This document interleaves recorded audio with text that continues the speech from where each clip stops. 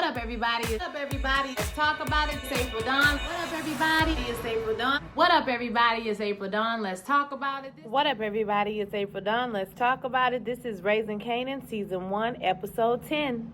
All right, I'm coming to y'all really quick just to talk about the episode, what happened. So what did y'all think about the season finale?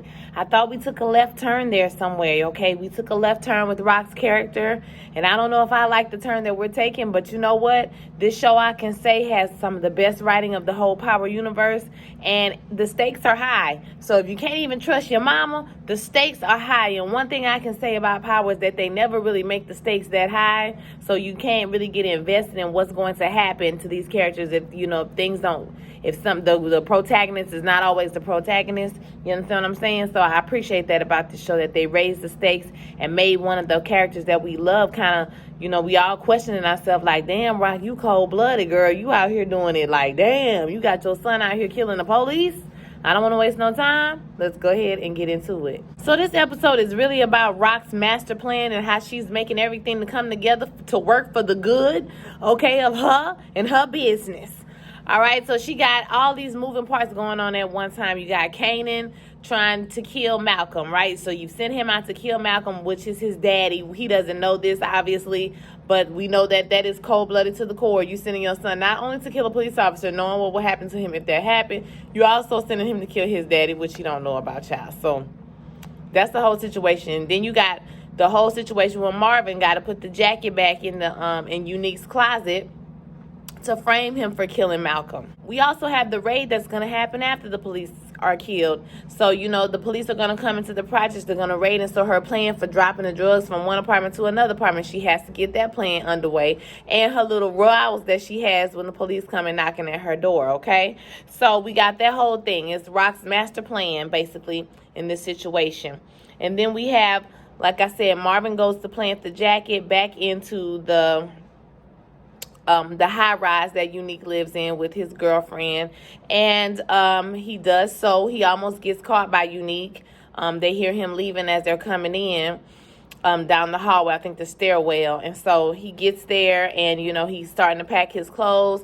And we see at the end of the episode, like I said, he has been framed. So the police bust in. He got the jacket in his hand, y'all, with blood on it. And so it's not, he's just realizing, wow, she said, you'll never see me coming. And although he thought he saw her coming, he did figure out what she was trying to do. He kind of played right into her hands by going back to his house and trying to leave and, grabbing that jacket. So we see that Unique is going to be hemmed up in jail. I don't think that he's going to be hemmed up in jail too long, because although he is, it's overwhelmingly convincing that he probably did this crime, I think that he'll be able to, talk reason into somebody like, why would he want to kill the police? It doesn't make sense. And they'll have one police, somebody that's looking at this other end of the situation. You know how that goes. It might be Detective Burr. You know what I'm saying? We'll see what happens.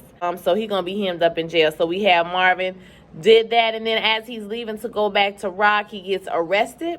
Tony has turned him in. He have a warrant for drug possession and intention to distribute or whatever. So Tony has gotten in trouble, and she has decided, why do 10 when you can tell on a friend, okay? She decides that, she's going to tell him, but Marvin doesn't seem to be fazed by this. When he gets to the jail, he seems to be laughing, joking. It ain't no big deal to him. Ain't nothing, no thing but a chicken wing, child. He said you could hump on her all night if you give her a ball, or maybe even less than that if you're a brother. I said, oh my God, the shade, okay? Marvin was off the chain this season, although Marvin might do stupid things. Marvin is the real MVP. He do be coming through when you need him to come through, okay? So we ain't gonna give Marvin too much, okay? We ain't gonna give him too much because he is a reliable brother. He's going to come through to do the goon work that needs to be done, okay? Now, Kanan had a lot going on this episode. At the beginning of the episode, he shoots his dad 2 times, I think. So when he gets back to the house with Lou, which the police are not going to look at, Rock said it's already burned down. They're not going to come back here and look for anybody. And so he changes his clothes into his uncle's clothes, right?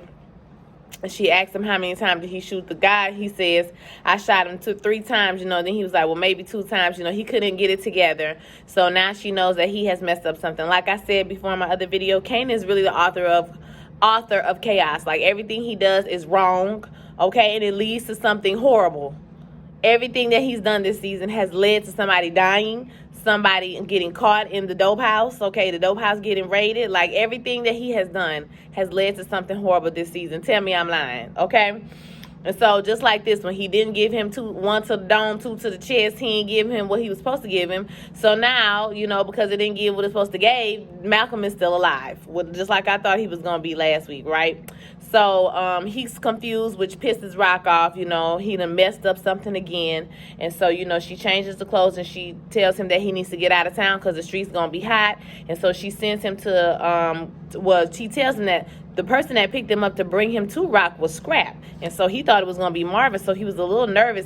But Scrap is like 100% real one. Now, let me know if Scrap was the one that Ghost and Kanan decided to mess over when it was time to move on with the business, and then Ghost ended up messing over or setting up Kanan too. So was it Scrap or was it somebody else? Can y'all remember from the Power Universe, or was the person named something else?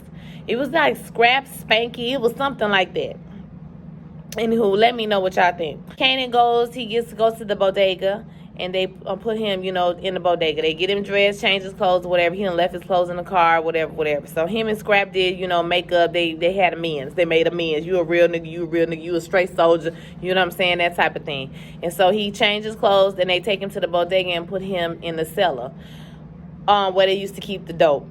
She makes a deal with the woman. Hey, when the police come here, you know what I'm saying, don't give it up too soon. You know what I mean? But give them the video, but don't give it up too soon. Because remember, Kanan walked in there with the hoodie on, with the jacket on and everything to get it on camera. So, she played her part. Mama played her part because she's trying to be on the team, okay? And I'm not mad at her for one, okay? So, he also gets a visit from Juke. Juke brings him some clothes.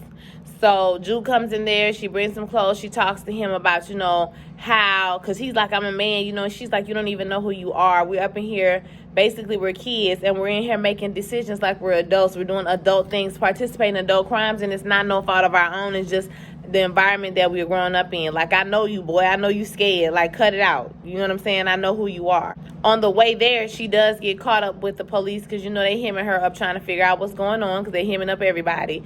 And she just basically says she doesn't know what's going on. She reiterates what she said about Unique to kind of get them on the Unique trail. And she's, police kind of like, why you got men clothes and why you got this letter and all this kind of stuff. So, but the police officer, the detective or whatever, deters the other officer from messing with her, kind of, gets him off of her, for, lack of better words. And so she, like I said, she goes to see Kanan and they have their exchange.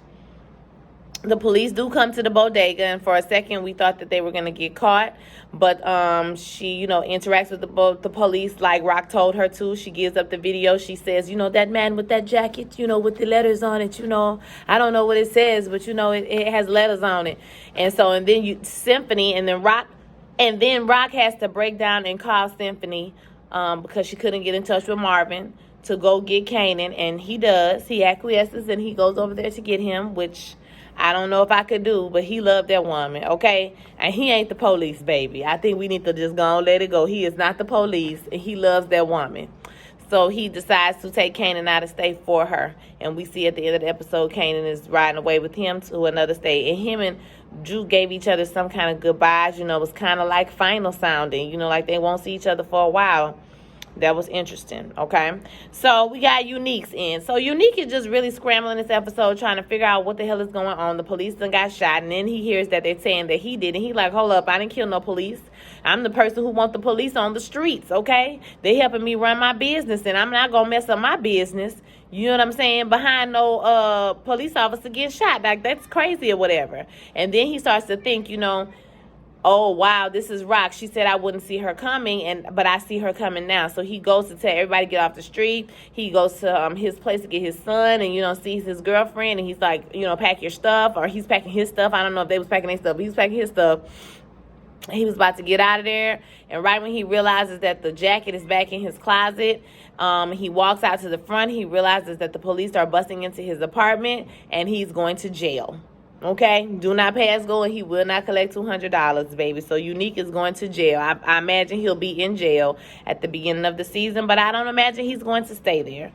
So Unique, I really liked his character, and the young man who played his character. I think I would be sad if he didn't come back. So Lou, this episode is just trying to be the voice of reason, child. He is over it Baby, he don't have time to be out here committing no crimes no more, baby. He is tired. He is burnt up. He done got out the hospital as soon as he heard that the police done got shot. So he goes up to Rock to see Rock, and he's like, hey, what the hell is wrong with you? Okay, like, why are you doing this? She's like, I'm winning. And he's like, okay, well, he's thinking that she got Malcolm to go kill him or whatever the case may be. But when he finds out that it's Kanan, he got so upset. He was like, Rock, I cannot believe you would sacrifice your own son out here for the game. Like, girl, what is wrong with you? You have lost your damn mind. And she's like, I'm winning. I'm doing what needs to be done. Okay? He gonna be fine. He gonna go to another state. He'll be fine. And he's like, I'm out of this shit. I'm not doing this no more. I don't want to do it. You know what I mean? I got the business. It's legit. We can make legit money. We can get out of this. You know what I'm saying? He is the ghost of the group. And homegirl is like, no, baby. We not getting out of nothing, honey. We are in this. You bought this business with my money. Everybody want the reward, but nobody don't want the risk. Okay, so I'm not letting you go. You can't go. Even if you wanted to go, you cannot go. Sorry. Okay? You are not fired. Thanks. I see you in the morning to clock in. Thank you. And last but not least, Malcolm ain't dead. Malcolm done lost a lung. He done lost part of his liver, his kidney, child. He done lost every damn thing, okay? He got the leukemia. We got a new captain in town. And Malcolm ain't dead. He woke up at the end of the episode, and they was asking him, who shot him, baby? Who shot ya?